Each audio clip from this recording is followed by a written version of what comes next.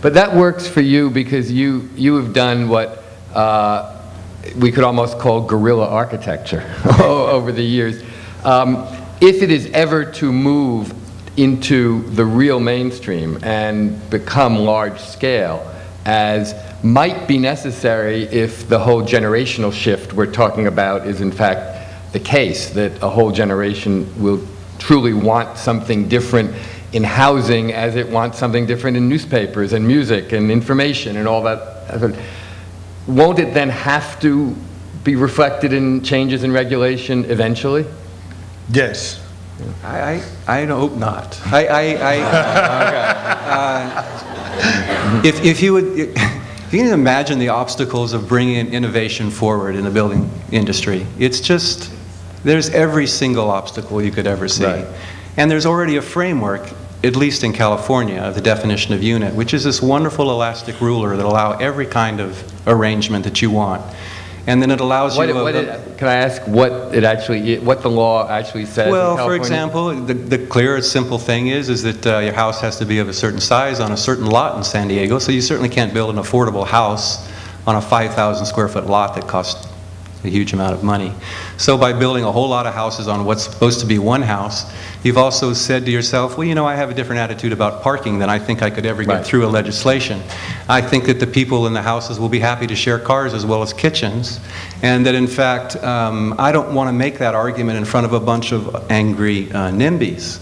I'd rather just say, here's a house, it's 3,000 square feet, and it obeys all the rules. It has 2 parking spaces.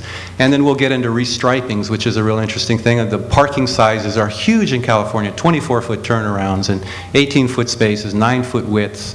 And so to build a legal parking lot, you've already built it twice as big as it has to be. So in the Essex, for example, we show the parking lot as being single-loaded, and then in fact really double-load it as soon as the authorities are away. But we would never have gotten to the point of having... And then hope no one shows up with a 1962 Cadillac or something? And they do, and we don't let them live there. You know?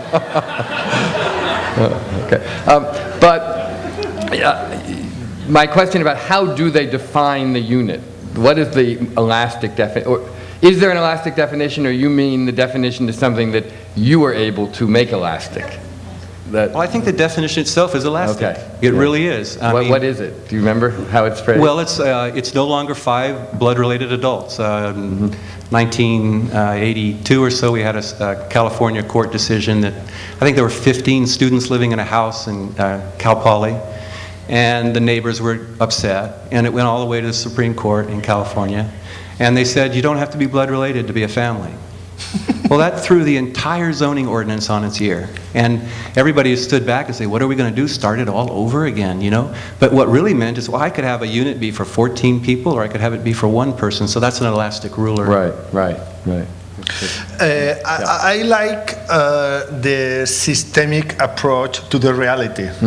So I think that we can be all days doing inventions, and you did some incredible tricks in order to say, well, nothing is written about this, I'm going to do it.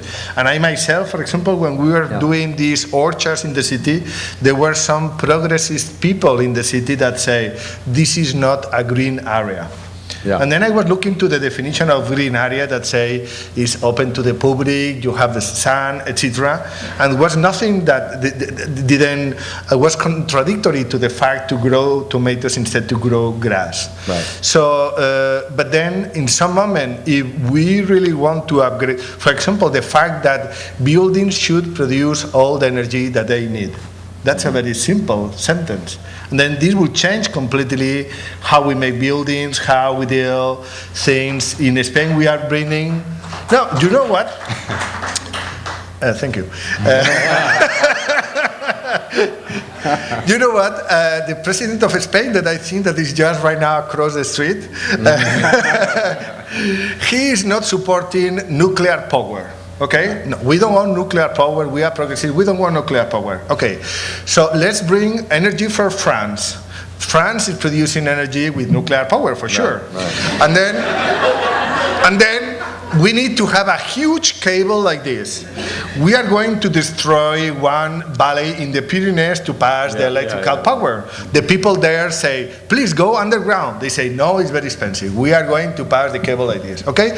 So there are many things because just we want to do buildings and no one was thinking where the energy is coming from. So from my point of view, we are in the moment as we were at the beginning of 20th century. Le Corbusier discovered 20th century was about the physical structure of things. 21st century will be about the logic structure of things and about energy, information, more about the metabolism than not about the bones, let's say, no? And from that point of view, we need new rules that will change completely how we live, how we deal even with business, how we invest, how we make buildings, what is beauty, no? Beauty becomes just rare, no? Every strong curve, whatever, then building is more beautiful. And now I want to say, okay, let's go back to some kind of intelligent rationalist based on some needs. Let's produce new animals.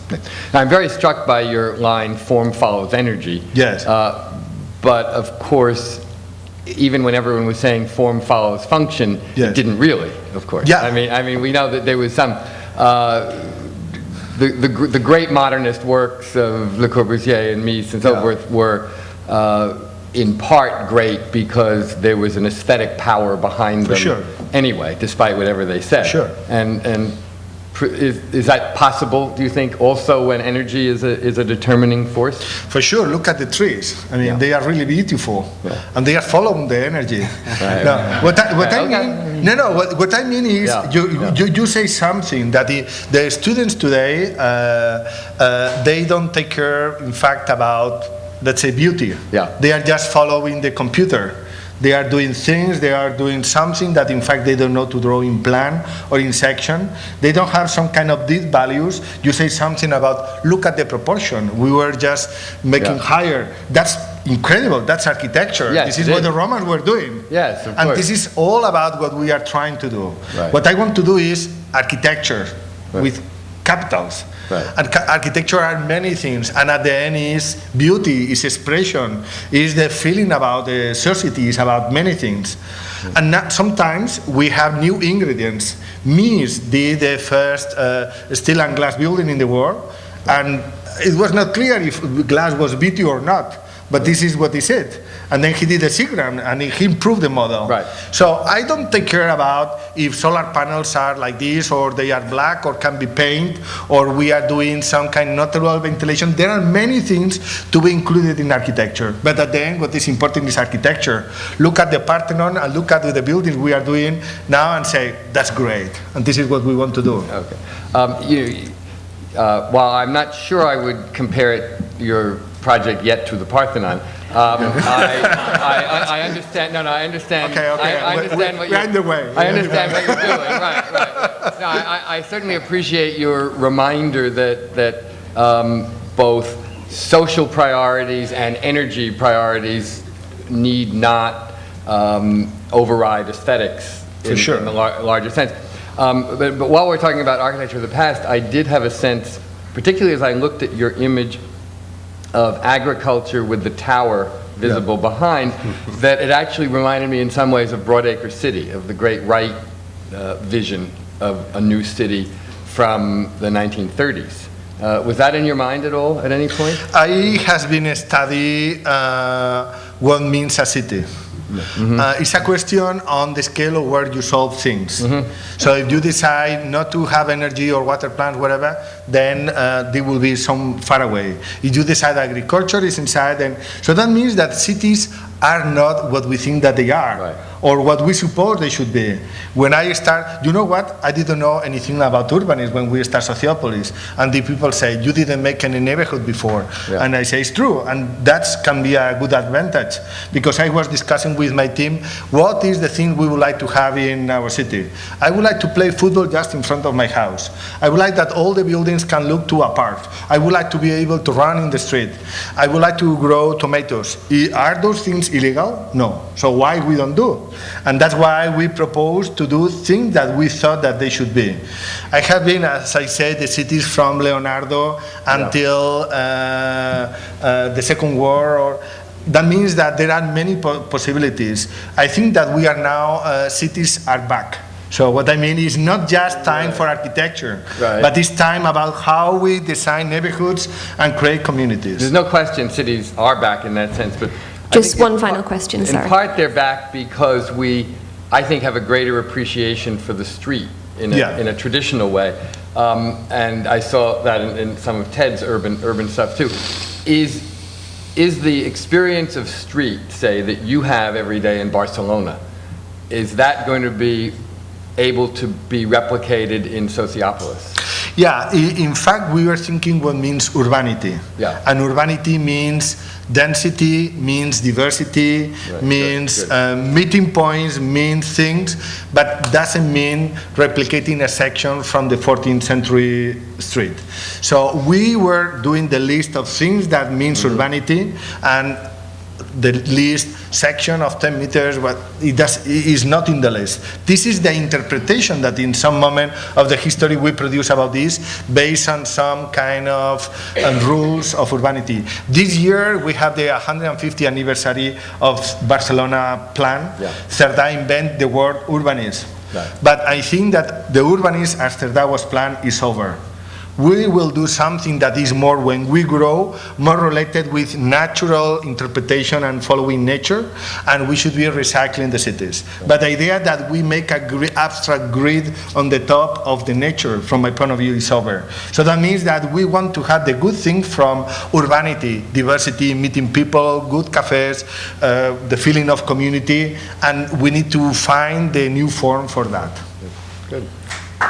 Thank you so much. Thank you both very much. Thank you.